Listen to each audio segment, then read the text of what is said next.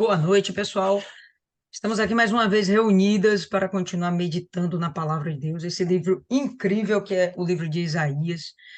E hoje nós vamos estar meditando no capítulo 16 e vamos agora, nesse momento, apresentar a nossa oração a Deus. Vamos convidá-lo para estar junto conosco. Pega a sua Bíblia, dá um abraço nela. Senhor nosso Deus, amado Pai, estamos aqui reunidas na tua presença para buscar mais do Senhor. Queremos, Espírito Santo, que o Senhor nos dê toda a sua direção. O Senhor preparou algo hoje para a gente. Estamos aqui dispostas para receber. Desde já, meu Pai, que o Senhor venha abrir o nosso entendimento para receber tudo aquilo que o Senhor preparou. Se o Senhor nos der e não estivermos com a mente aberta e devidamente preparada pelo Senhor para receber, então, meu Pai, serão só palavras jogadas ao vento. Mas, quando o Senhor está no negócio, certamente, meu Pai, vai haver crescimento, vai haver transformação de mente, vai haver mudança de pensamentos, é o que a gente quer. E cada dia mais a gente vai estar preparadas, ou melhor, sendo preparadas para a perfeição. A gente quer chegar a esse nível, meu Deus. Nós queremos chegar a esse nível. Que o inferno agora seja repreendido, que nada possa roubar da gente tudo que o Senhor nos preparou e que o Senhor esteja nos acompanhando, use os nossos lábios, use os nossos ouvidos, use o nosso coração, use as nossas vistas, e que tudo, meu Pai, seja para aprendermos mais de Ti. Entregamos esses momentos em Tuas santas mãos, na certeza de que o Senhor está aqui conosco. Em nome do Pai, do Filho e do Espírito Santo, amém? E graças a Deus. Amém, povo lindo, vamos nessa. Isaías 16.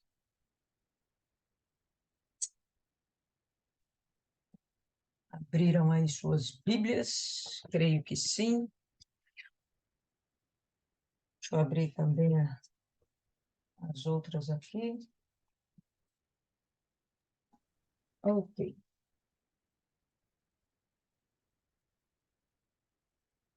Vamos lá, verso 1.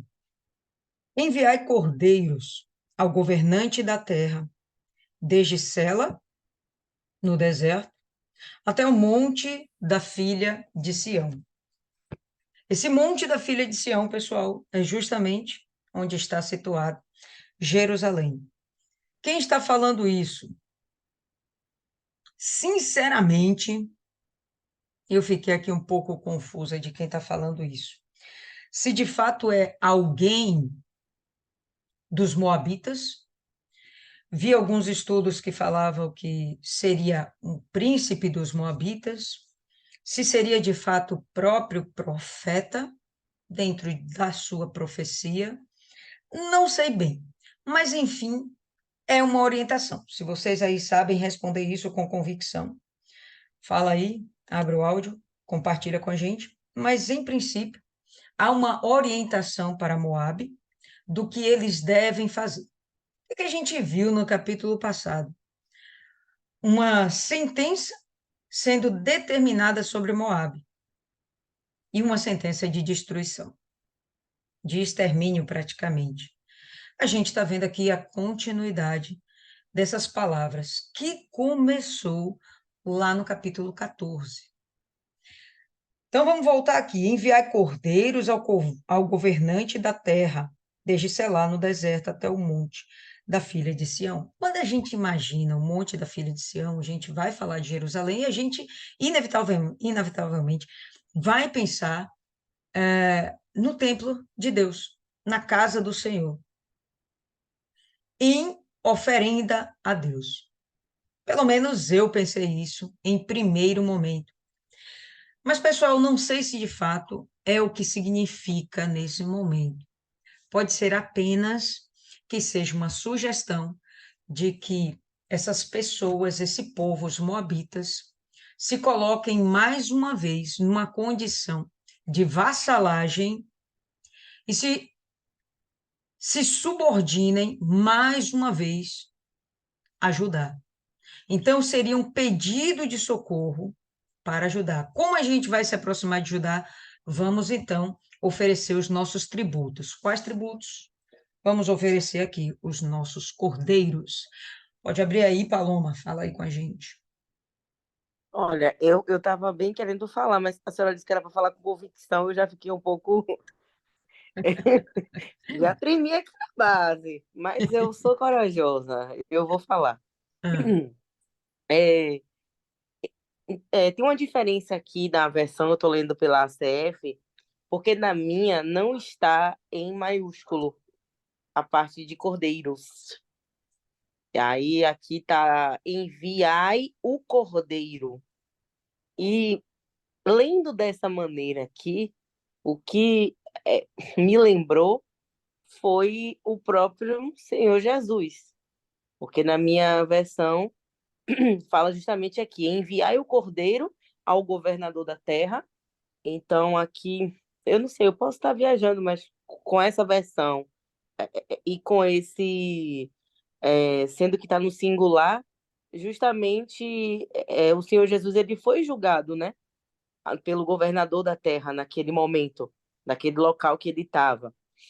Era ele ou Barrabás, né? Então, desde Sela, que aqui provavelmente é alguma cidade, não sei, no deserto, e aí aqui já passou pela minha cabeça como se fosse já aquele caminho.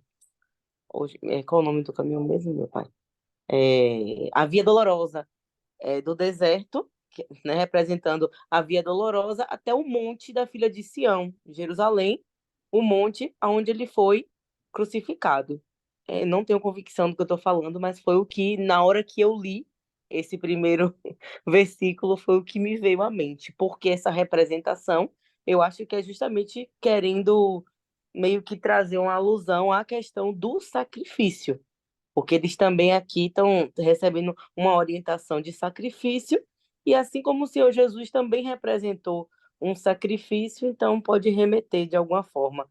Apesar de que eu acho que também fazer uma ligação com o Senhor Jesus para algo com os moabitas seria meio estranho, mas ainda assim foi o que seria tipo, é muito pequeno para a grandeza do que representa o sacrifício do Senhor Jesus. Eu sei disso, mas foi o que me veio à mente. E é isso. beleza, eu falei com vocês, né, que cada versão aqui fala o texto de uma forma diferente. Mas esse texto aí que você fala, a gente pode imaginar o cordeiro de uma forma, no singular, mas não apontando necessariamente para um cordeiro. Um exemplo, né? Vamos levar um feijão, para fazer uma doação em uma instituição de caridade. Então a gente vai lá, ó, vamos levar o feijão. Não significa que a gente levou um grão de feijão, um quilo de feijão. A gente levou uma quantidade de feijão. Então, nesse sentido, quando o texto fala nessa versão o cordeiro, não aponta necessariamente para um cordeiro, aponta realmente para o item que vai ser levado. Então, vou ler aqui algumas outras versões, ó. É, uma outra aqui, Almeida Corrigida, fala assim, ó, enviai cordeiros ao dominador da terra, desde Selá pelo deserto até o monte da filha de Sião. Aí vamos ver uma outra aqui. Enviem cordeiros ao dominador da terra, desde Selá pelo deserto até o monte da filha de Sião. Então, a maioria dos textos não aponta o cordeiro como sendo Cristo, até porque não faz realmente nenhum sentido. Quem é que vai enviar esse cordeiro? Os moabitas. Por que Jesus vai sair de lá do meio de Moabe? Né? Nenhum sentido. A gente pode pensar, o texto pode levar a gente a ter esse entendimento, porque a nossa cabeça já fica acelerada, né? Aqui vai ter um momento de paz, por exemplo, a gente já pensa logo no milênio, a gente já pensa, né, já fica acelerado. Então, vamos olhar para o texto pausadamente e para o contexto. Não faz nenhum sentido a gente pensar aqui que é o cordeiro que vai ser sacrificado, né? Mas, se a gente olha para o texto de Segunda Reis, abre aí, Segunda Reis, no capítulo 3, no verso 4, a gente vai ver um texto que já dá para a gente uma luz, um entendimento melhor do que seja o bendito Cordeiro que estamos falando aqui, tá bom? Segunda Reis, capítulo 3, no verso 4.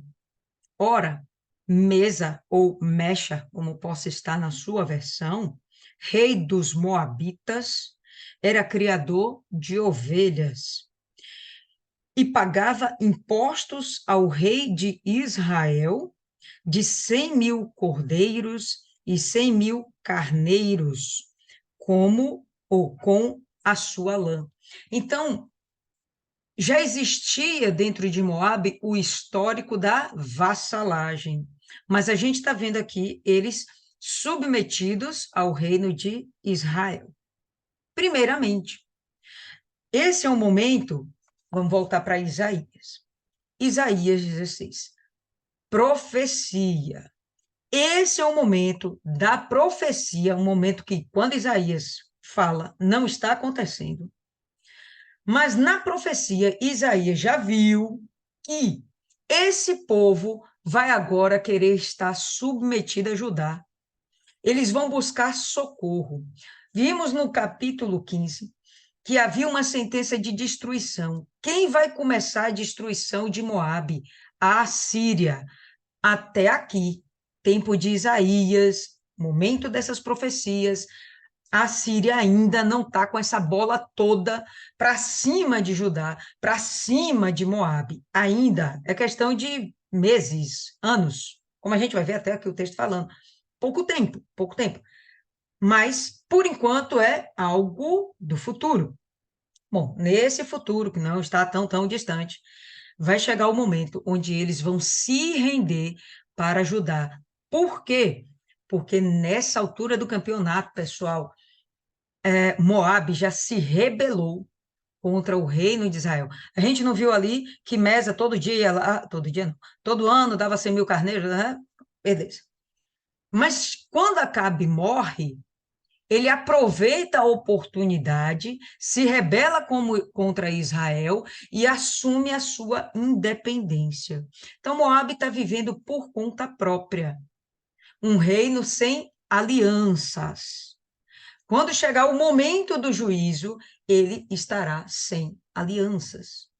Quem é o governo, o reino mais próximo deles, capaz de dar algum suporte militar, algum suporte político, algum suporte financeiro, alguma proteção? Quem? Isso mesmo, Judá. Ok? E aí a gente vai ver aqui um mapinha, onde a gente vai observar o território.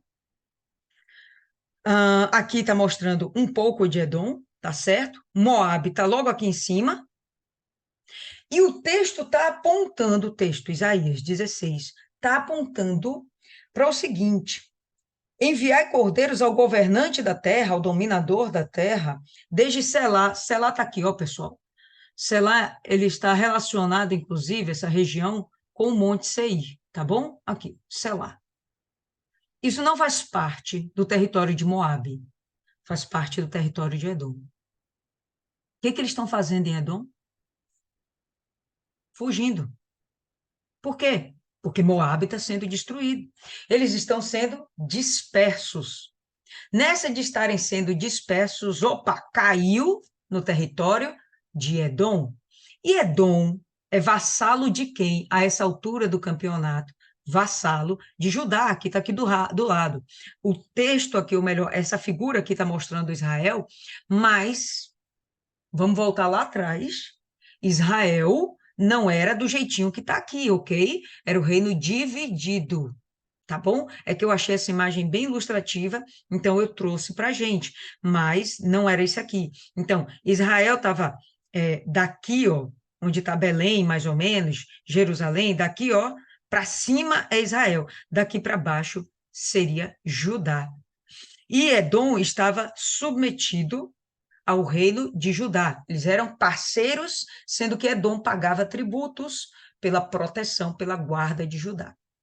E aí o que vai acontecer? Moabe vai fazer a mesma coisa. Vai escorregar aqui para Edom, fugindo dos seus inimigos, vai escorregar para Edom, escorregar a maneira de dizer, né? Tá correndo, fugindo mesmo. E ele vai ter a seguinte ideia: vamos fazer o seguinte, vamos passar aqui, ó, pelo deserto, tem um deserto aqui, tá bom? Deserto da Judéia, né? Vamos passar aqui pelo deserto e vamos mandar lá para Jerusalém o tributo. Vamos fazer. Jerusalém era a capital, né? Então, não era só o templo que estava lá, mas também o palácio do rei, o centro administrativo de Judá estava lá em Jerusalém. Então, vamos fazer com que essa oferta, esse tributo, chegue a Jerusalém. Há quem diga que era intenção deles também fazer oferta ao Deus de Israel. Não sei se isso seria tão factível. O que me parece mais, os moabitas, eles eram adoradores de falsos deuses, eles eram adoradores de ídolos, eles não eram adoradores de Deus, tem nada a ver com o Deus de Israel, mas eles estão mandando uma oferta para Jerusalém. Provavelmente não era para adoração, era de fato para fazer uma nova aliança com Judá, e o texto vai corroborar com esse tipo de pensamento. Então vamos lá. A gente já viu que, pela localização onde eles não estão mais em Moabe, estão fugindo, eles estão fora de suas terras. Vamos lá. Como pássaros que vagueiam, como ninhada dispersa, assim são as filhas de Moabe. Dá conselho, perdoa, as filhas de Moabe junto aos vales do Arnon, o rio Arnon. O rio Arnon, pessoal, é esse daqui, ó. Esse aqui, o rio Arnon. Ou é esse ou esse de cima, mas eu creio que é esse aqui de baixo. Então, esse rio aqui de baixo ainda estaria relacionado à parte do território de Moabe, tá? Aí eu vou pegar aqui uma outra tela que vai ficar mais fácil da gente visualizar isso. Peraí, deixa eu só pegar aqui. Perfeito.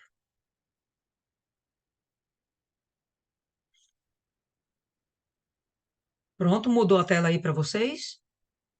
Então, a gente já está vendo aqui o território de Judá, ok? Olha o rio Arnon aqui, Moabe e Edom. Né? Onde eles estavam? Deixa eu ver se eu consigo levantar aqui. Não, não consigo, não vai até lá, tá bom? Onde eles estavam? Eles estavam para cá para baixo, onde a tela, a figura não vai mais, tá? Eles estavam aqui embaixo, já no território de Edom, decididos a subir até Jerusalém para fazer uma aliança com o rei de Judá, no momento que provavelmente era já o Ezequias. Tá bom? Então, eles vão estar aqui, e aqui no Arnon, olha só, as mulheres, as jovens, as meninas, né, de Arnon, elas vão estar aqui cantando um lamento. Vamos dizer assim, cantando um lamento. Verso 3.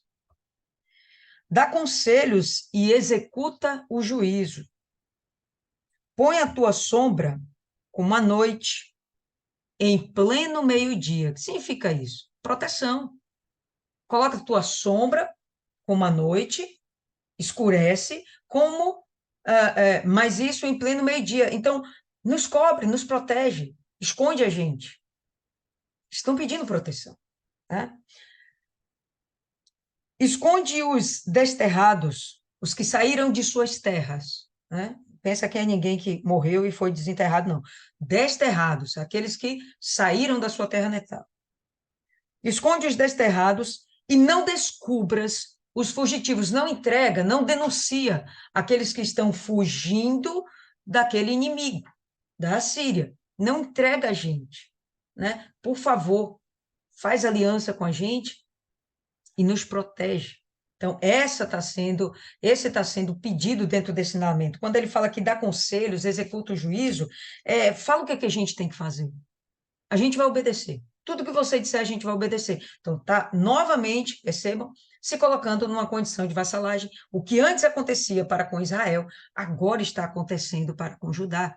E olha, pessoal, realmente Moabe chegou a ser um reino interessantíssimo, muito opulento, grande, por mais que ele fosse um reinozinho reduzido. Não se fala tanto em Moabe, né?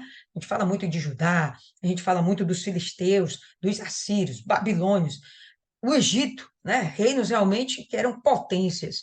Moabe não era essa potência, Edom não era essa potência, os amonitas não eram essa potência, mas enfim, eles eram alguma coisa, eles tinham um significado.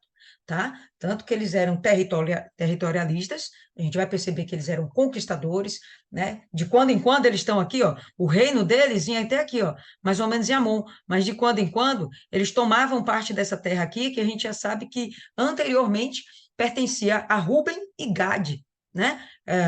Aí eles acabam entrando, o Israel acaba tendo seu reino dividido, enfim, eles conseguem dominar parte desse território, e depois perdem de novo, enfim, aquela guerra toda, aquela bagunça que era. Mas agora, que fique claro, eles estão pedindo socorro. E vão continuar.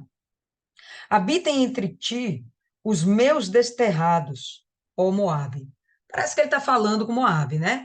Na sua versão, talvez não esteja assim. Eu vou pegar uma outra versão que fala bem diferente. Eu falei com vocês, né? Esse texto, ao longo da Bíblia, ele tem várias, ao longo das traduções, várias versões, literalmente. Habitem entre ti os desterrados de Moabe, serve-lhes de esconderijo contra o destruidor. Quando o homem violento tiver fim, a destruição for desfeita e o opressor deixar a terra, continua. Então, um trono se firmará em benignidade e sobre ele, no tabernáculo de Davi, se assentará com fidelidade um que julgue, busque o juízo e não tarde em fazer justiça. Aí, quando a gente lê essas coisas aqui, né, a gente pensa no trono de Davi, todo mundo já pensa logo, é Jesus, é o milênio, é? E talvez não seja. Talvez não. E talvez sim. Vamos olhar o texto. Vamos voltar aí novamente um pouquinho. Tá? Então, habite entre ti os meus desterrados. Permita que saiamos do nosso território e estejamos morando em Judá. Né? A gente vai atravessar aqui o mar, a gente vai vir aqui por baixo, a gente vai dar um jeito. Mas deixa a gente entrar no seu território, deixa a gente fazer parte do teu povo, né? Serve-lhes de refúgio perante a face do destruidor. O opressor terá fim e cessará a destruição. O agressor desaparecerá da terra. E vai chegar esse momento para a Síria. Qual é o opressor? É, é, é, o opressor de Moabe, que estamos aqui nesse momento da profecia, pessoal, só lembrando a todo momento, tá? Estamos falando de um tempo futuro, Isaías está falando de um tempo futuro, nós estamos meditando aqui um tempo que naquele tempo ainda não tinha acontecido, era um tempo futuro, e ele simplesmente está dizendo, olha, vai acontecer assim, assim, assim. E para que a palavra do Senhor tenha crédito, tem que acontecer assim, assim, assim. Por isso fala bem antes tudo que vai acontecer, para quando acontecer, pô, esse Deus realmente é violento. A gente tem que servir a esse Deus, que esse Deus é o verdadeiro. Esse Deus é que conhece tudo. Ele é onisciente, onipresente, onipotente. Então, por isso, a necessidade das profecias, tá? Então, vai chegar o opressor terá fim. E realmente, lembra quando a Síria vai tentar invadir o reino de Ezequias, lá na pessoa de Senaqueribe, a gente vai ver que eles não vão conseguir invadir Judá, eles vão fazer até o cerco, ou melhor, vão invadir Judá, vão fazer o cerco em Jerusalém, mas eles não vão conseguir tomar Jerusalém, vão ser poderosamente destruídos por uma obra, um milagre de Deus, e, enfim, eles ali vão perder o seu poderio sobre Judá. Eles acabaram com Moabe. Quando eles tentam fazer a mesma coisa com Judá, eles não conseguem. E aí depois é que vem a Síria, que vai destruir os assírios, ou, perdoe, a Babilônia, que vai destruir os assírios. Depois a Babilônia vai acabar destruindo Judá também, enfim. Vamos para o texto. Verso 5. Eu li numa versão aí que fala assim: então um trono se firmará em benignidade. Olha a outra versão aqui como fala: um trono se firmará em amor. Inevitável a gente pensar em Jesus, né? Inevitável. Tem uma outra versão que fala assim: o trono se firmará em benignidade, e a outra versão aqui, então um trono será estabelecido em bondade. Então, cada um vai falar de um jeito, mas o texto está apontando para uma pessoa que vai ser bondosa. Jesus. Vamos lá. Sobre ele, no tabernáculo de Davi, se assentará com fidelidade um que julgue, Então, ainda que ele seja bondoso e seja amoroso, ele é um juiz. Se ele vai julgar, existe uma métrica para aquele juízo ser exercido. Existem leis. Vai ter que exigir-se obediência a essa lei. Senão, não faz sentido um julgamento. O julgamento só existe porque vai ter que existir a obediência a uma determinada lei. Busque o juízo e se apresse em fazer justiça. É alguém, inclusive, que não tolera as injustiças. É alguém que não tolera que as coisas erradas permaneçam por muito tempo, prevaleçam por muito tempo, machucando pessoas. Injustiças, no final das contas, machuca pessoas. E quem a gente poderia dizer que realmente se encaixa nesse perfil? Eu pensei, em primeiro lugar, no Senhor Jesus, e não acho que seja descartável essa possibilidade. Eu penso que realmente se encaixa bem, e a gente poderia pensar da seguinte forma: no momento em que eles estão pedindo socorro para ajudar, o que o profeta diz é que o socorro deles virá através de um rei que se assentará no trono de Davi com essas características. Noutras palavras, talvez eles não venham ter essa resposta agora de imediato. O juízo vai vir e eles não vão ser tão protegidos quanto eles esperam que sejam. O rei que sucede Acás, e que nesse momento está, nesse tempo aqui, que Isaías está profetizando, é o rei Ezequias, que foi um rei que se enquadra nessas coisas aqui, pessoal. Tá? Foi um rei bondoso, foi um rei que fez a nação de Judá crescer, prosperar, fez aquela nação feliz. Ele teve o cuidado de fazer uma limpeza espiritual, uma reforma religiosa, ele teve cuidado de cuidar do povo, né? Ele era um cara que era um bom líder, ele era um bom rei, ele era realmente alguém que queria cuidar do povo. Então, o texto aponta para quem? Sei, você fica aí com sua melhor versão, não tem problema nenhum.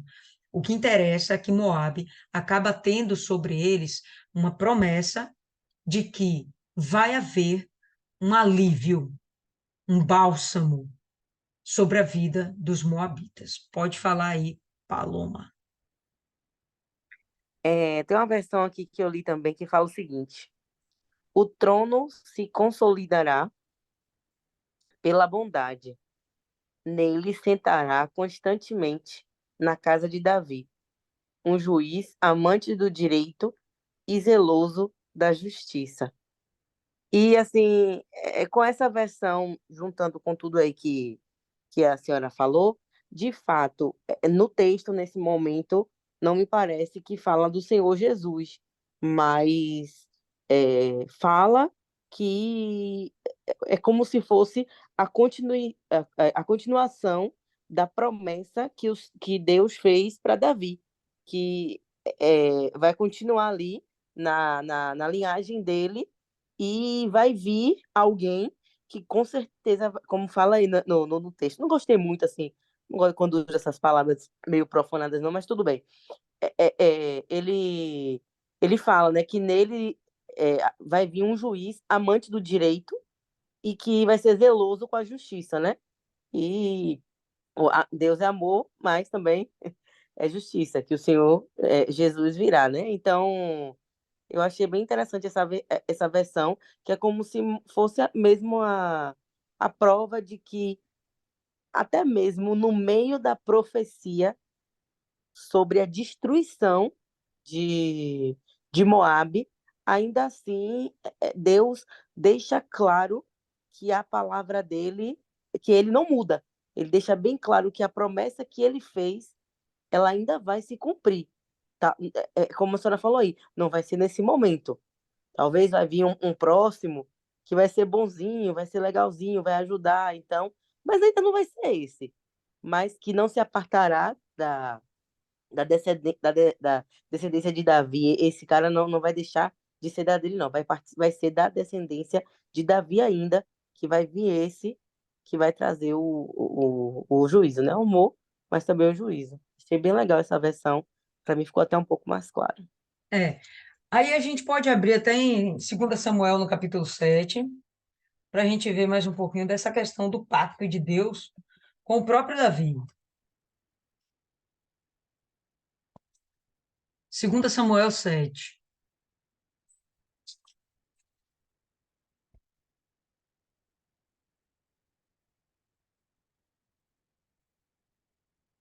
Todas.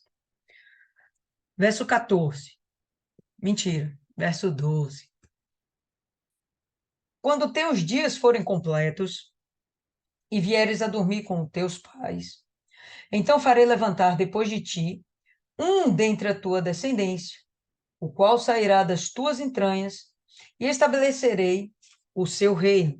Este edificará uma casa ao meu nome, confirmarei o trono do seu reino para sempre. E eu lhe serei por pai, e ele me será por filho. E se vier a transgredir, castigá-lo-ei com vara de homens, e com açoites de filhos de homens. Mas a minha benignidade não se apartará dele, como a tirei de Saul, a quem tirei diante de ti. Porém, a tua casa e o teu reino serão firmados para sempre diante de ti. Teu trono será firme para sempre. Então, se a gente olhar para esse pacto de Deus com o próprio Davi, podemos ter a liberdade de pensar que pode possivelmente a profecia está falando a respeito de Ezequias, e também podemos pensar que está falando a respeito de Jesus e ser uma promessa para mais longe ainda. A gente vai ver que os moabitas, de fato, eles não vão ser completamente exterminados. Tipo os assírios vão ser totalmente exterminados. Mas a gente não vai ver isso acontecendo com os moabitas. Mas eu já falei para vocês, os moabitas hoje não existem, não são povo. O que vai acontecer? Eles vão ficar tão pouquinhos que eles vão se misturar com outros povos e vão perder a sua identidade. Então, no momento que eles perdem a identidade, acabou, não tem mais moabita, agora são árabes. Eles vão se misturar com os árabes e vão fazer parte dessa etnia. Então, hoje, se a gente quisesse ver o Moabita, não veríamos, mas na linhagem de muitos árabes estava lá o sangue de Moabe, lá o sangue do Ló, das filhas de Ló, tá? Então, podemos pensar das duas formas, tá, pessoal? Então, para mim, Lília, não cheguei a uma conclusão de quem o é. Ezequias, que foi um rei topzera, ou o próprio Jesus, que vai ser o rei dos reis. Volta aí para Isaías e vamos continuar aqui. Verso 6. Ouvimos da soberba de Moabe, soberbo ao extremo, da sua arrogância, da sua soberba e do seu furor. Mas tudo isso é sem valor, né? E como eu falei para vocês, cada versão fala de um jeito, né? Aí a gente tem aqui outra. Temos ouvido da soberba de Moabe, soberba ao extremo, da sua arrogância, do seu orgulho, do seu furor. A sua jactância é vã. Enfim, como esteja aí na sua versão, o que a gente está vendo é a profecia dizendo por que tudo isso vai acontecer. Porque Moabe se viu muito vaidoso. Todos esses reinos que vão se sentir muito poderosos, confiantes em si mesmos, vão cair. Israel caiu, o Egito caiu, a Síria caiu, Síria caiu. Todos esses reinos vão ser dominados de acordo com a vontade de Deus. A gente tem visto isso até os dias de hoje. Quem prevalece sempre, pessoal, a gente já sabe, o poder de Deus, né? A vontade de Deus. Então ele está deixando aqui, olha, essa soberba de vocês foi demais, a arrogância de vocês foi demais. Eu acho que o texto aqui é até bem excessivo quando fala assim demais dos moabitas, porque, vamos lá, quem era Moabe na fila do pão? Então, quando o texto fala tanto assim, é porque eles não eram só o Moabe na fila do pão, entendeu? De repente, eles estavam vendendo o pão, eram os caras. Então, de fato, eles tinham uma relevância, tá, na conjectura geopolítica daquele momento, né, daquela época. Mas tudo isso é sem valor, tudo isso é vão, toda a sua vaidade vai ser lançada por terra, toda essa sua vaidade, toda essa sua arrogância não vai te sustentar no dia mau. Portanto, os moabitas chorarão por Moabe, lamentarão e prantearão pelos homens de Kir Aresete. Ou na sua versão pode estar Kir de Moabe, Ares, enfim, é tanto que, mas tudo se refere a um que só. Que é esse, pessoal? Era, na verdade, uma fortaleza que existia naquela época, naquele tempo. E foi uma fortaleza que foi edificada no cume de um monte. Monte esse que estava a mais de 900 metros de altitude acima do nível do mar. E acima do nível do Mar Morto estava a mais de 1.200 metros. Então, foi algo assim incrível. Eu peguei uma imagem para mostrar para vocês, porque eu achei muito interessante. Olha só para isso aqui. Essa é uma. Não é a edificação original, né? Mas, enfim, foi nesse lugar, e eu vou pegar em uma outra posição, um outro panorama, que vocês vão ver que realmente era um lugar estratégico. Isso que a gente está vendo hoje são ruínas de um palácio que existia aqui, de uma fortificação que existia aqui, já dos muçulmanos, né? Na época onde essa região foi dominada pelos muçulmanos. Isso aí se localiza onde hoje é a Jordânia, e foi edificada dessa forma aí que a gente está vendo no século XII depois de Cristo. Mas foi edificada desse jeitinho porque aí, anteriormente, existia Kir Aresete, que era uma fortificação, era como se fosse para os judeus do tempo de Jesus, o templo era uma coisa opulenta, grandiosa, maravilhosa, magnífica. Vou pegar aqui uma outra para mostrar para vocês. Espera aí.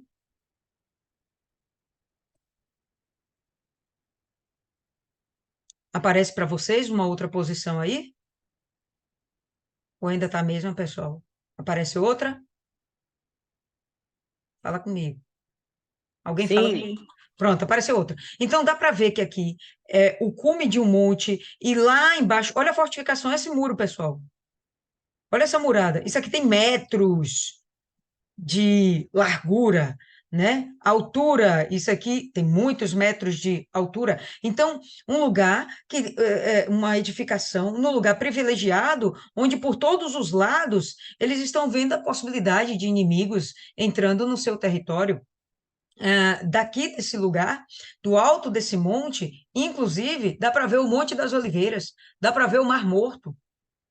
A visão é realmente privilegiada. Então, só trouxe essa figura aqui para a gente ter noção da, da satisfação que essa edificação, esse lugar, trazia para Moab. A segurança que esse lugar trazia para Moab. Era algo que fazia com que eles se enchessem realmente de vaidade. E dentro de si mesmos, eles tivessem essa confiança. Ninguém vai nos abater. Nós temos um lugar hiperestratégico. E não era só esse. Haviam eh, outras fortificações, outras pequenas cidades que estavam. Aqui a gente está mostrando só um palácio, tá? Mas ao longo, está em numa outra posição, a foto aqui não pegou. Existem cidades, uma cidade edificada, como a gente vê aqui, ó, lá embaixo, tem uma cidadezinha. Pois bem, aqui em cima também tinha uma cidadezinha, e ao redor, né, dessa cidade de Quiarazete, a gente tinha realmente uma grande cidade, um grande polo mercantil de negócios, né? Mercantil talvez não seja o termo certo a falar, mas de negócios, tá certo? E também tinha uma fortificação militar, onde, se houvesse a necessidade, o seu rei estava muito bem guardado. Mas lembra que a gente está falando que no começo desse capítulo eles estavam lá na terra de Edom, em outras palavras, que Arazete e as suas fortificações e os seus muros caíram. Isso aí para Moabe foi uma decepção, foi uma frustração muito grande, tá? Então aqui, ó, lamentarão e prantearão pelos homens de Ki Arazete. E aqui a gente vai ter em uma outra versão, portanto, uivará Moabe, cada um por Moabe, né? Os moabitas vão chorar pelos moabitas. Gemereis profundamente, abatidos pelas pastas de uvas de que Aresete. Em outra versão tem pelos bolos de passas de que Aresete. Por quê? Porque era uma região fértil. Já falamos sobre isso. Moabe era uma região muito fértil. E aí eles tinham muitas vinhas. Talvez fosse a principal produção deles as vinhas, mas eles tinham outras culturas, né? Cereais, verduras, enfim.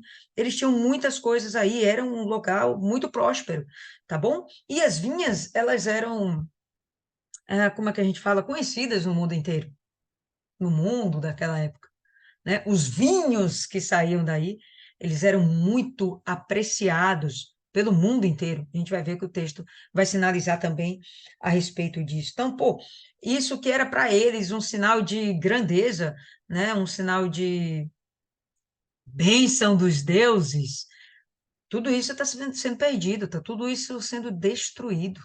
É uma vergonha para eles, tá? Eles estão lamentando, chorando aí. Verso 8. Os campos de Esbom murcharam, e também a vinha de Sibma. Você vê que toda hora estamos falando de vinhas, né? Era a produção principal deles. Os senhores das nações, né? Os governantes das outras nações, os reis das outras nações, derrubaram os seus melhores ramos, vão chegando a Jazé, andam vagueando pelo deserto. Os seus rebentos se estenderam e passaram além do mar. O que eles estão falando aqui? Quando fala que as nações derrubaram os seus melhores ramos, aqueles invasores tomaram para si o que eles tinham de melhor, suas melhores vinhas. Os seus rebentos se estenderam e passaram além do mar. O fruto daquela vinha, o vinho, o produto do que eles produziam, atravessavam o mar. Que mar, pessoal? Aqui o Mar Morto, né? Atravessavam o mar, chegavam a outros lugares, a outras regiões. Era famoso, era famoso. E agora tudo isso estava sendo arrancado deles. O que era motivo de grandes negócios, agora está sendo o objeto de roubo, né? Eles estão sendo roubados, lesados. Pelo que prantearei com o pranto de Jazé, a vinha de Sibma. E aqui, mais uma vez, eu vou ficar com uma interrogação que vou dividir com vocês. Quem está chorando aqui? De fato é Isaías lamentando ou realmente Deus lamentando? Se a gente pensa que é Deus lamentando, vocês percebem que ele não tem nenhum prazer realmente na morte do iníquo? Pelo que plantearei com o pranto de Jacé a vinha de Sibma, regarei a vós com as minhas lágrimas, a Esbom e a Eliade. O júbilo dos teus frutos de verão e a tua colheita desapareceu. Deus determinou, então, uma sentença e ele mesmo lamenta que essa sentença vai ter que ser imputada. Se a gente pensar dessa forma, então a gente vai entender que ele realmente não está tendo prazer nisso, mas Ele não vai voltar atrás. Ok? Ele não vai voltar atrás. Fugiram a exultação e a alegria do campo fértil. Já nas vinhas não se canta, nem há júbilo algum. Já não pisam as uvas nos lagares, pois eu fiz cessar o grito da vindima, da colheita das uvas. E aí a gente vai, mais uma vez, perceber que o próprio Deus, nesse momento, ele que está decretando, eu fiz cessar o grito da vindima. Em outras versões, né? Vamos ver aqui outras versões, que a gente vê isso aqui bem diferente. Fugiu a alegria e o regozijo dos pomares. Nas vinhas já não se canta, nem há júbilo algum. Já não se pisam as uvas nos lagares, e fiz cessar o eia dos pisadores. Fugiu a alegria e o regozijo do pomar. As vinhas já não se canta. Nas vinhas já não se canta, nem há júbilo algum.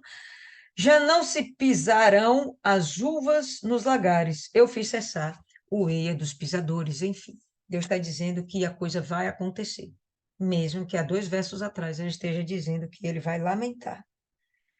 Pelo que no meu íntimo vibra como harpa por Moabe, e o meu coração por Kir Eres, que é a mesma coisa que Kir Aresete. Quando ele fala, ele faz essa comparação, pelo que o meu íntimo vibra como harpa, eu parei para buscar um som de harpa e entender exatamente o que ele queria dizer. Pessoal, não sei se vocês já ouviram o som da harpa, mas é um som, é muito melodioso, é uma coisa assim muito gostosa de se ouvir. É uma coisa que você começa a ouvir e você dá vontade de dormir. Traz uma paz, é uma coisa incrível. Acho que por isso que realmente Saul ficava pedindo lá toda hora para Davi tocar a harpa, porque realmente traz uma sensação de tranquilidade, de paz. Mas o que ele quer dizer é que dentro dele ficava essa, como se fosse essa música, um lamento. Ele não queria que isso tivesse acontecido. Ele não queria. Meu coração lamenta por que eres. Quando Moabe se apresentar nos seus altos, aqui sim, Isis, a gente vai pensar nos tais bolos com passas, que estamos falando aqui agora dos altos, onde realmente eles praticavam a idolatria. Quando Moabe se apresentar nos seus altos, apenas se cansará. Quando entrar no seu santuário para orar, nada alcançará. Nós sabemos que eles não estavam indo buscar a presença de Deus. Eles estavam indo buscar falsos deuses. O Deus mais, para eles, o Deus mais importante era o Quemos, né? Para o qual, inclusive, faziam sacrifícios humanos. Lembra que quando Israel perde, ou melhor, quando Moabe se rebela contra Israel, Israel faz uma aliança. Ele se junta com Edom e Judá, porque Judá e Edom eram um só, né? Então, Edom obedecia o que Judá mandava. Então, ele se junta com Judá e Edom, e eles vão perseguir Moabe, o rei de Moabe, para tomarem posse daquela terra de novo. Israel não aceitou que eles se rebelassem e eles vivessem sozinhos por conta própria. Eles iam perder muito com os tributos, lembra os 100.000 cordeiros? Então, eles iam perder demais. Israel não se conforma com isso e vai perseguir Mesa até que, enfim, eles venham ceder e se submeter mais uma vez a Israel. Mas lembra que esse rei, ele vai acabar, inclusive, indo para aquela fortificação que acabamos de ver, lá em Quiaresete. Ele sobe naqueles muros e pega o próprio filho e sacrifica nos muros. Fazendo aquilo ali, Israel retrocede, ficou todo mundo muito escandalizado, todo mundo vai embora, larga aquele negócio lá, né? O cara matou o filho que seria o seu sucessor, não matou uma criança, um bebê, ele já era um homem, né? E mata nos muros como sacrifício, mas ele alcança o que ele quer, porque Israel deixa de persegui-lo e Moab se torna ali independente. Tá? É esse Moab que a gente encontra agora, Moab independente. Moab independente. Pois bem, quando eles subirem nos altos, será só para se cansar. Então você imagina aí, quando a gente vai lá e sobe no monte. Cansa, cansa, cansa. Mas os altos deles eram realmente muito mais altos. E aí, quando eles vão lá, mano, Kieresete estava a 1.000 metros de altura, né? 900 metros de altura acima do nível do mar. Mas tinham os altos, que era só para o sacrifício, né? Que era só para adoração aos falsos deuses. Quando eles subiam aquilo ali, a gente está imaginando que eles subiam coisas muito altas. E aí Deus fala, só vai ser canseiro. Vocês vão subir e vão se cansar. Vocês vão entrar no santuário de vocês e não vai acontecer nada. Por quê? Quem manda sou eu. Simples assim. Essa é a palavra que o Senhor falou no passado acerca de Moabe.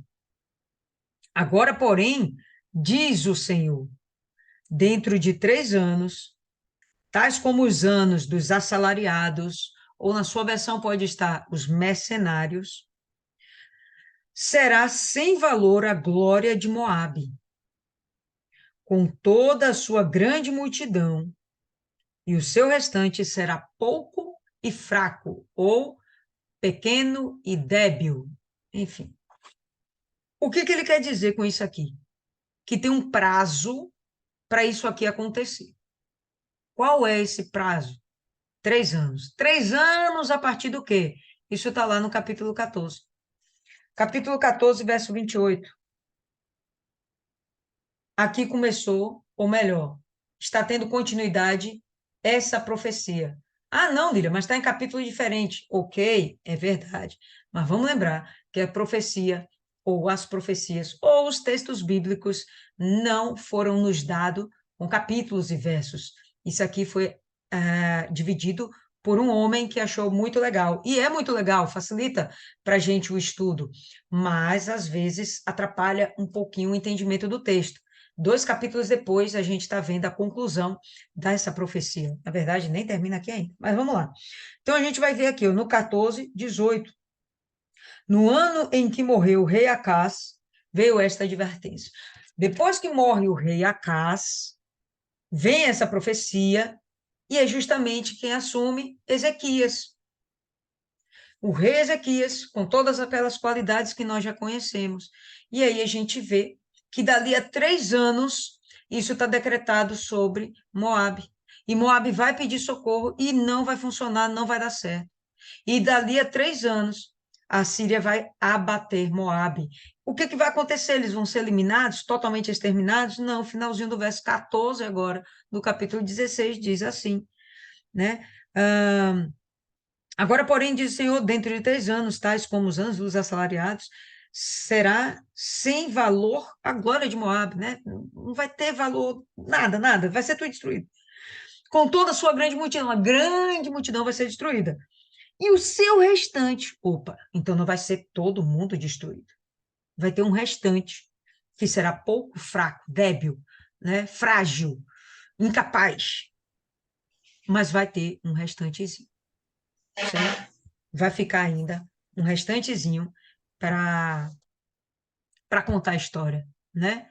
Tipo Elias lá e os 7.000 que não se dobraram para Baal. Pronto, vai ter um restinho aqui de Moabe que vai ficar para contar a história, e vai ficar para levar a palavra de Deus adiante, certo?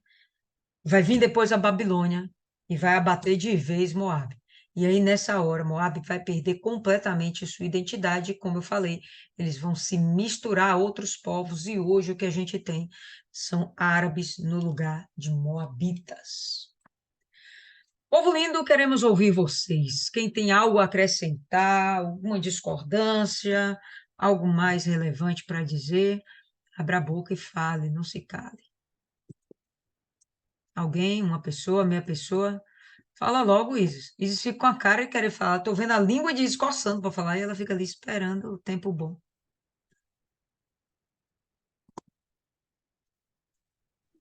Tá me ouvindo bem? Sim, Não bota o senhora. fone.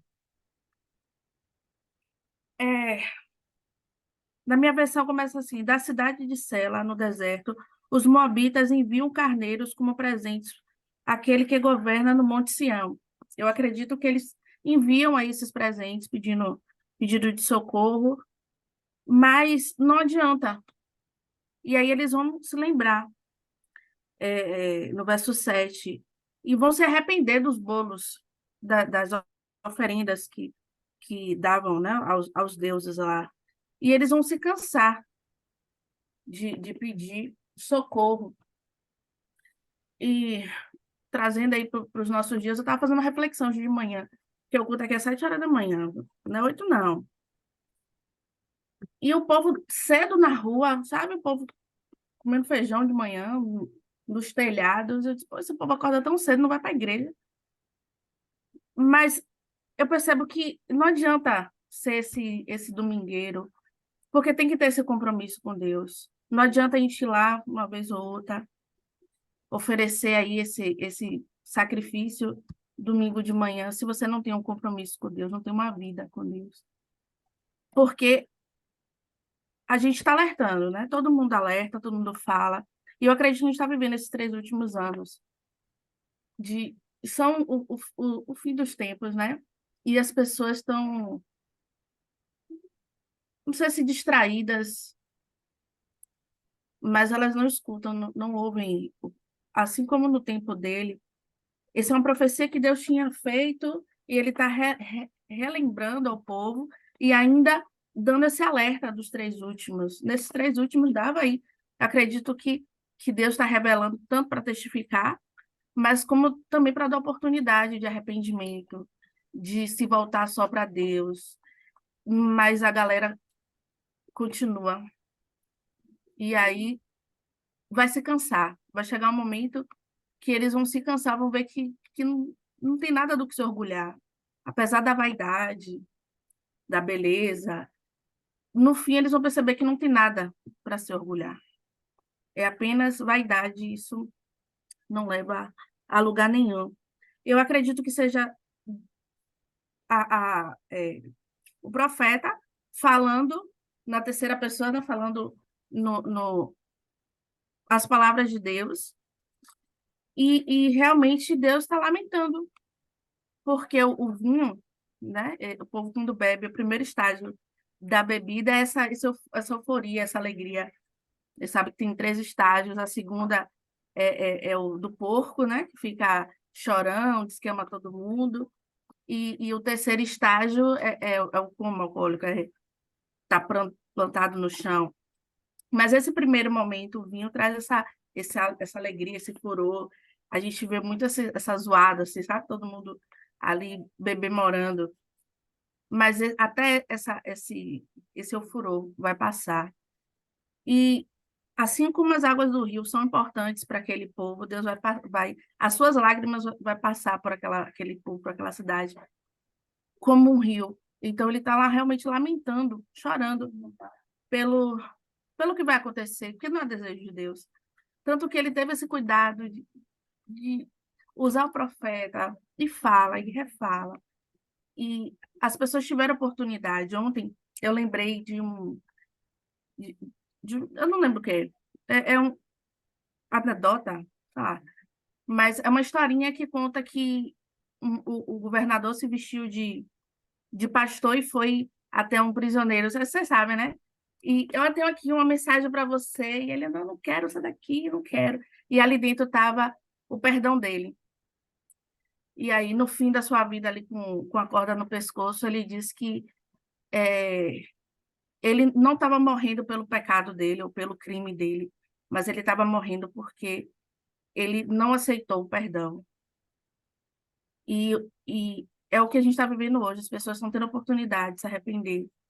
A gente vive nesse discurso aí, né, Deus me aceita assim.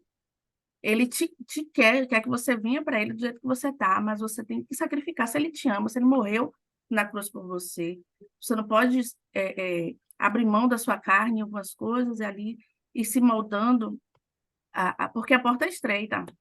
Então, não dá para você vir com todas as suas cargas. No caminho, você tem que ir largando. Você vai largando, largando, até que fique só o seu eu. E você consiga alcançar a salvação. Mas a gente vê que as pessoas não estão querendo abrir mão das suas cargas, das suas mochilas, do seu eu, da sua vaidade. E elas vão ser condenadas por não ter aceitado o perdão, por não ter aceitado o amor de Jesus. Essa é a grande verdade. E é triste quando as pessoas, os nossos que conhecem o caminho, e mesmo assim se deixam desviar, se deixam perder, se perder. Isso é muito triste, porque a pessoa ainda tem o direito da ignorância, mas quem já ouviu a palavra e mesmo assim se deixa perder, eu acredito, porque não examina as escrituras. Só escuta e reproduz alguns versículos, mas não tem esse cuidado de examinar, de ver a Bíblia como um manual de fé e prática. Então, eu digo, para até quem está em casa, quem vai assistir esse vídeo, lê a Bíblia. Lê a Bíblia, porque vai chegar um momento que você não vai ter nem oportunidade de ler a Bíblia. É isso.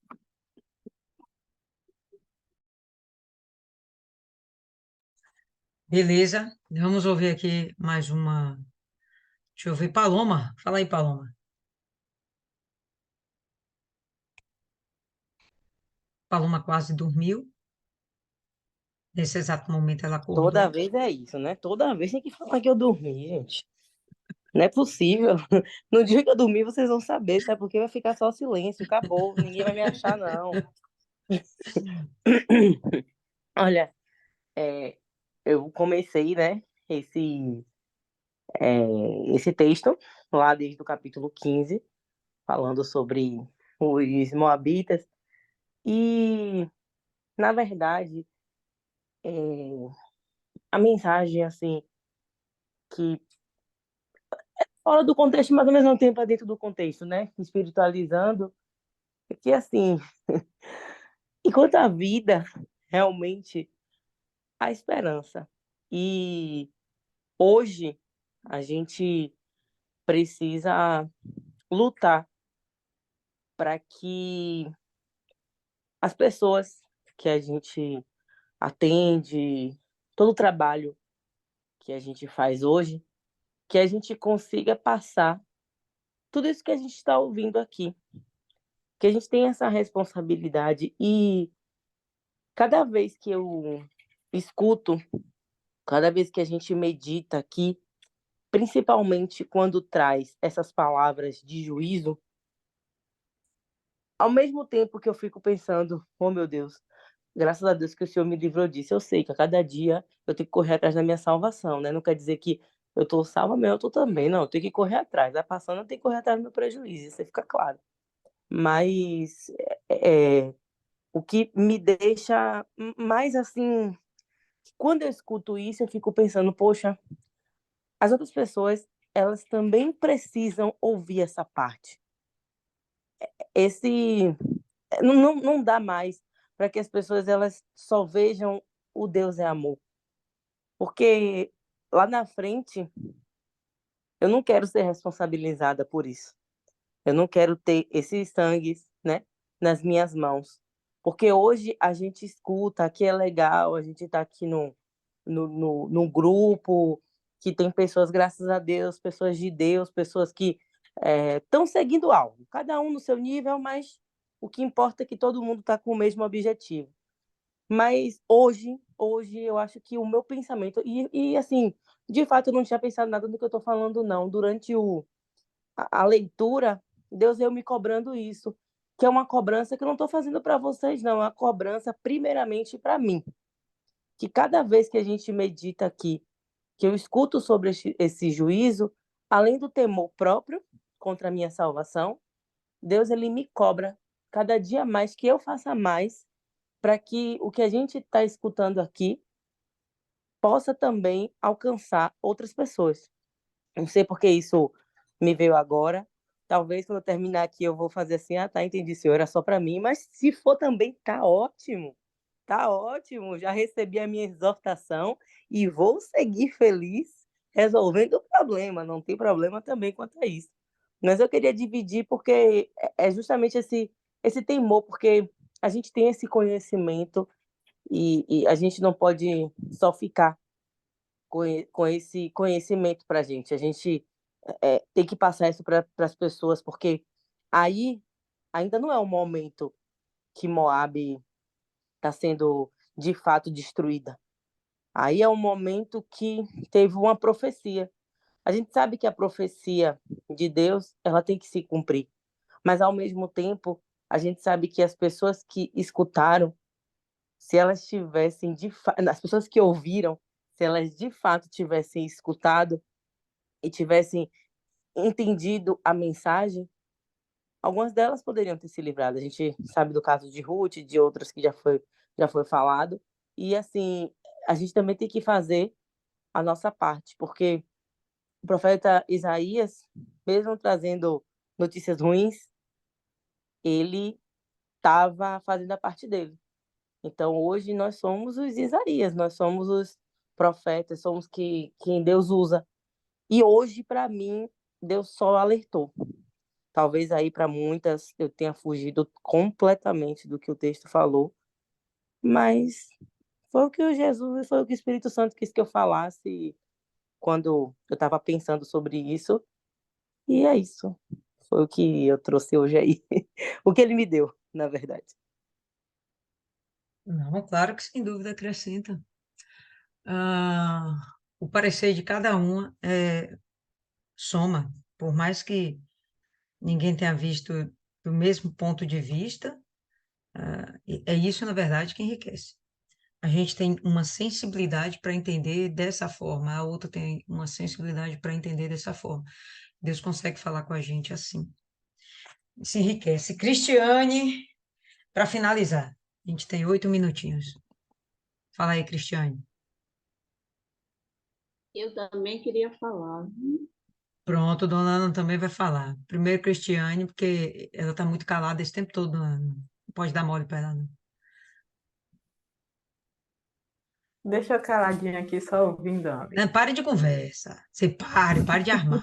Abra a boca e fala. Vá, comente. Não, ó, nesse primeiro versículo, aqui, o 16, né? O 1. Quando eu entendi, de primeira mão, entendi que eles estavam enviando esse cordeiro como um pedido de socorro, né? Como uma maneira de apaziguar o que eles estavam vivenciando naquele momento, né? Como,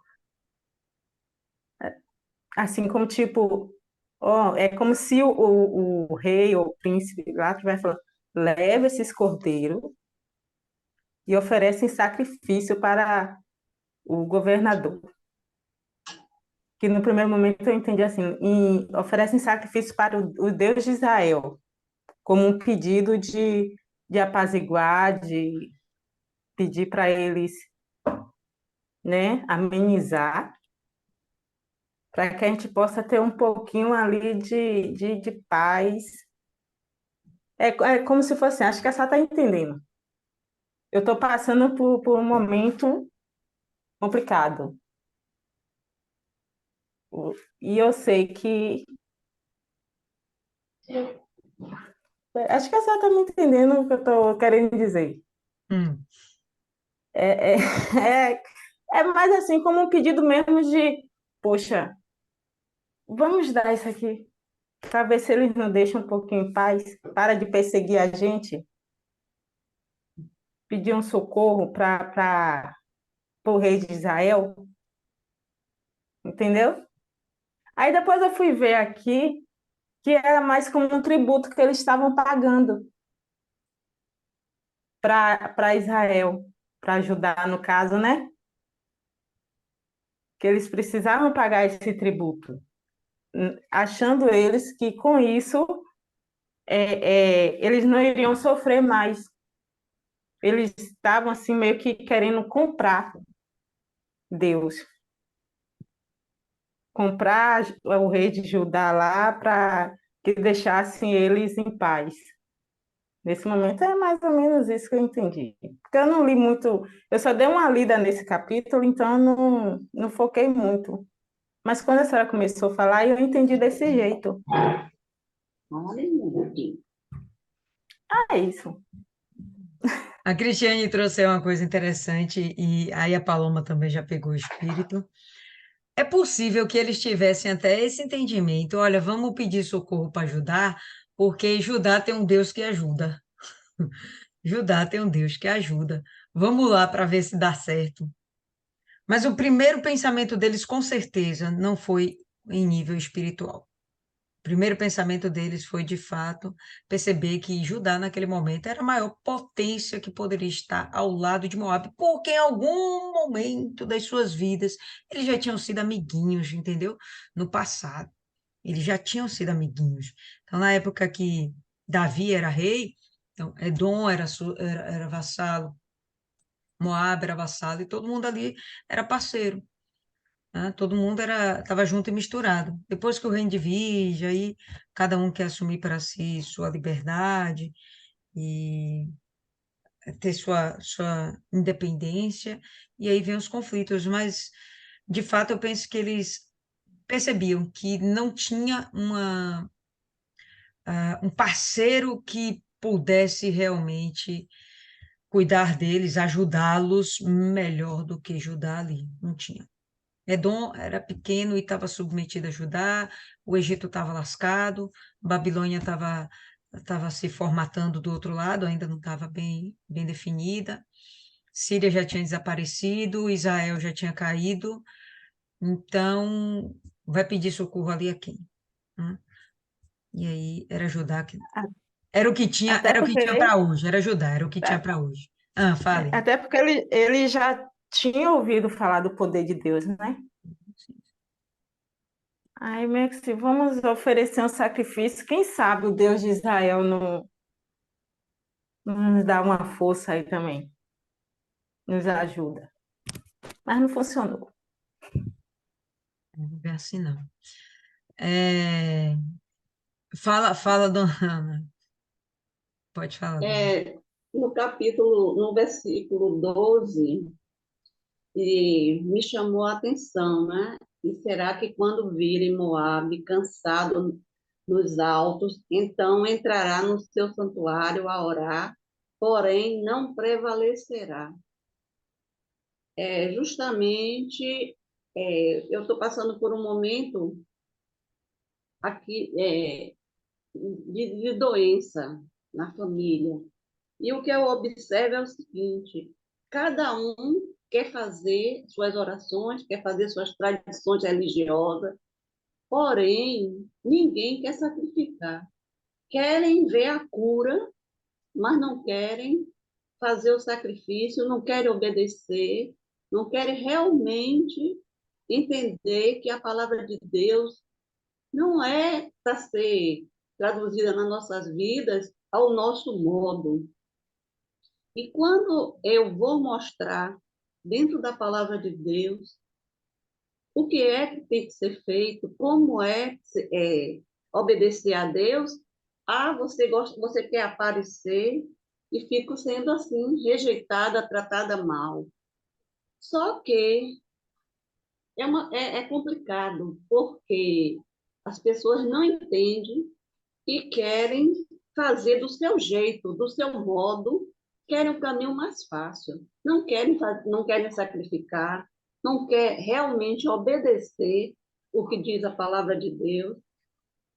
E aí, às vezes, bate até uma tristeza, né? Porque a gente sabe que está no caminho certo, até porque a salvação é individual e a salvação é conquistada diariamente.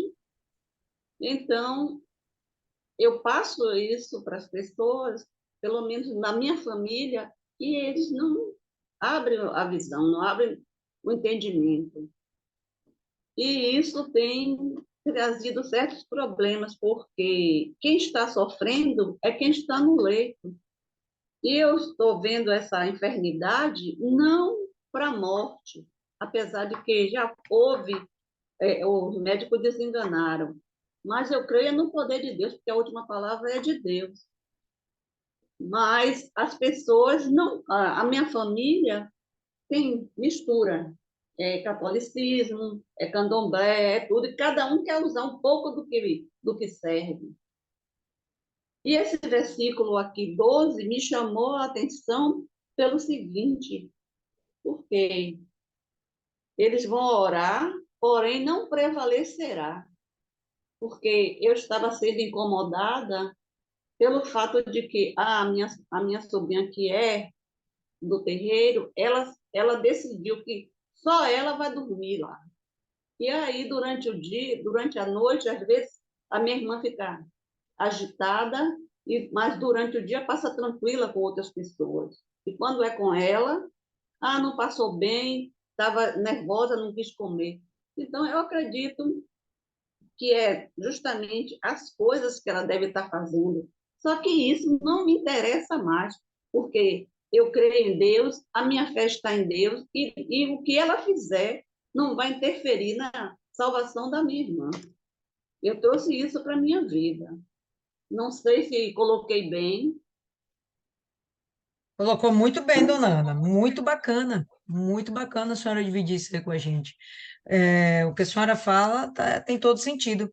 O fato da senhora até se sentir entristecida também faz sentido. A gente está vendo aqui que Jesus, ou melhor, Deus, até Deus se entristeceu, né? Deus está lamentando. Ele disse que vai regar os moabitas com lágrimas. Ele também se entristeceu de ver que eles iam continuar sendo impertinentes, obstinados em fazer aquilo que eles acreditavam ser a coisa certa. E culmina com eles dizendo: vocês vão subir lá nos altares falsos, não vai resolver nada. Mas ah, o alerta, né, a chamada da profecia é para que aquelas pessoas de fato se convertessem. O objetivo não era dizer vocês vão se lascar. Não, o objetivo, por favor, não se lasquem. O objetivo era esse. Quando a senhora vai lá e fala para sua família, por mais que a senhora não esteja sendo bem compreendida, não desista. Pode até entristecer, mas não desanime. Tem uma diferença entre a gente ficar triste, tem uma diferença entre a gente ficar desanimado. O desanimado não faz mais nada. Se afunda lá na sua tristeza e acredita que não vai ter mais capacidade de interferir, ou nem na sua vida, nem na vida de ninguém. Não seja desanimada, tá? Continue fazendo o que a senhora sabe que é certo. Com licença, dona Mas Lídia. só a Dona Ana senhora está tem a dizendo que está razão. sem som. Dona Ana Hã? está dizendo que está sem som aí, não está ouvindo o que a senhora está falando. É ela lá, a internet lá. Tá? Continua, como é que se diz? Fazendo o que a senhora tem feito, independente de qualquer coisa, continue fazendo o que a senhora tem feito. E se as pessoas disserem, a senhora está cheia de razão, a senhora está querendo aparecer, a senhora fala, não, eu estou pregando a palavra. Eu sou obrigada. Você não é obrigado a acreditar, não, mas eu sou obrigada a falar. Pronto, tá? Continue. Vai ficar chateada? Pode ficar, mas desanimada não.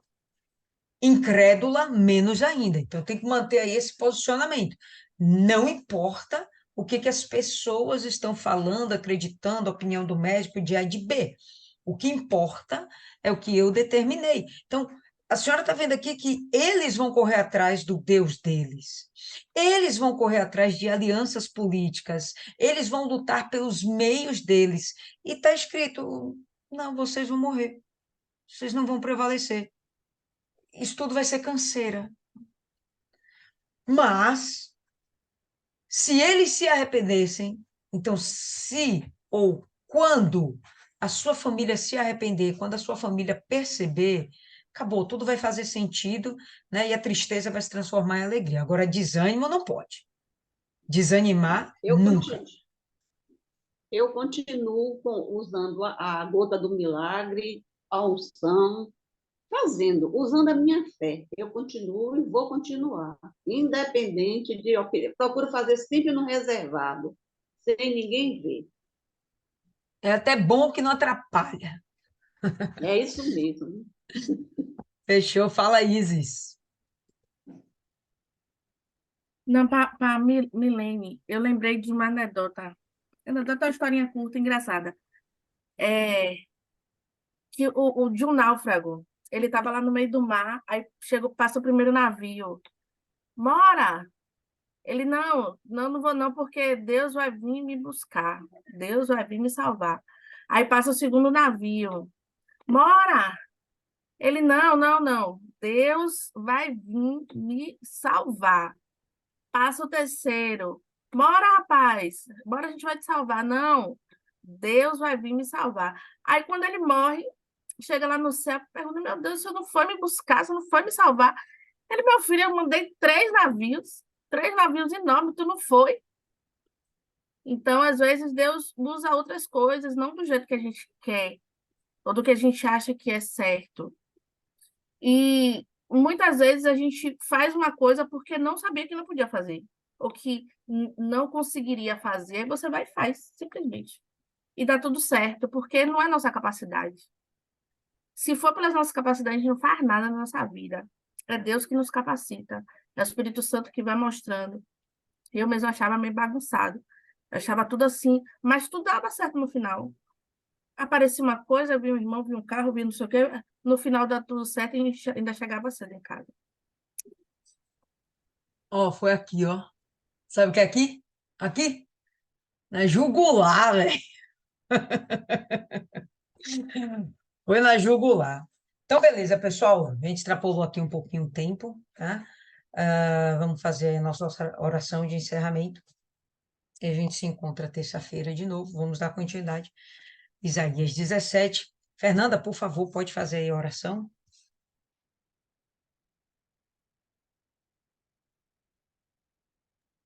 Posso sim, tomara que o celular não descarregue durante. Tá me ouvindo? Então, perfeitamente. Senhor, meu Deus e Pai, Espírito Santo, meu Deus, em nome do Senhor Jesus, meu Deus, graças te damos, meu Deus, por esse momento, por essa oportunidade, meu Deus, por esse momento de autoexame que nós fomos, meu Pai, colocadas a fazer, somos todos os dias, meu Pai. Porque assim é que o Senhor nos orienta, para que em momento nenhum, meu Pai, nos percamos no caminhar da nossa vida, nos afazeres desse mundo. Então, meu Pai, como uma das tuas servas falou, meu, a palavra ela está aí. Ela está para nos dirigir, ela está para nos orientar, nos ensinar, nos mostrar o caminho que devemos seguir, trilhar nossa jornada nessa terra, meu Pai, até o dia de estar contigo, meu Senhor. Então, meu Deus, que nós possamos, meu Deus, ser cheios da tua sabedoria, obtida através da tua palavra, que nós possamos, meu Pai, colocá-la em prática, porque, meu Deus, a tua palavra, meu Pai, sem a prática, meu Deus, ela não gera em nós a mudança, o confronto, ela não gera em nós o verdadeiro arrependimento, ela não gera em nós a salvação. Então, que nós possamos, meu Pai, receber esse alimento de uma maneira prática, de uma maneira eficiente. Pedimos, meu Deus, nesta noite, que o Senhor venha nos encher da coragem para pôr em prática tudo o que precisamos fazer. Senhor, venha nos revestir com teu Espírito, que o teu Espírito fale no nosso íntimo a todo momento, meu Pai, de uma maneira que não passemos despercebidas do que devemos fazer, meu Pai, para permanecer na tua presença todos os dias da nossa vida. Pedimos também, meu Pai, pelas nossas vidas, pela vida de cada uma das tuas servas, as que estão aqui hoje, as que não estão. Senhor, venha nos fortalecer, nos renovar. Senhor, venha, Santo e glorioso Deus dos exércitos, lutar as nossas batalhas, meu Pai. Vai à nossa frente, meu Deus. Que o Senhor venha entregar na nossa mão, conforme a tua palavra, a nossa vitória. Que o Senhor venha salvar, que o Senhor venha cuidar, que o Senhor venha dirigir, meu Pai, nossa vida, nossos familiares e tudo quanto, meu Pai, o Senhor puser as mãos. Te agradecemos por tudo e te louvamos e bendizemos e te apresentamos essa semana que se inicia. Pedimos que o Senhor vá à frente, que o Senhor, meu Pai, dirija tudo e abençoe tudo que for feito essa semana, principalmente para o ganho das almas, meu Pai. Que o Senhor nos capacite, que o Senhor nos use, que o Senhor prepare os trabalhos, que o Senhor dirija, porque a obra é tua. Somos apenas instrumentos, ferramentas, mãos, boca, para serem usados. Então, usa-nos, ó Deus, faz da nossa vida úteis ao teu reino. É o que eu te peço, desde já te agradeço, na certeza que nos ouve. Em nome do Pai, do Filho e do Espírito Santo. Amém. Graças a Deus.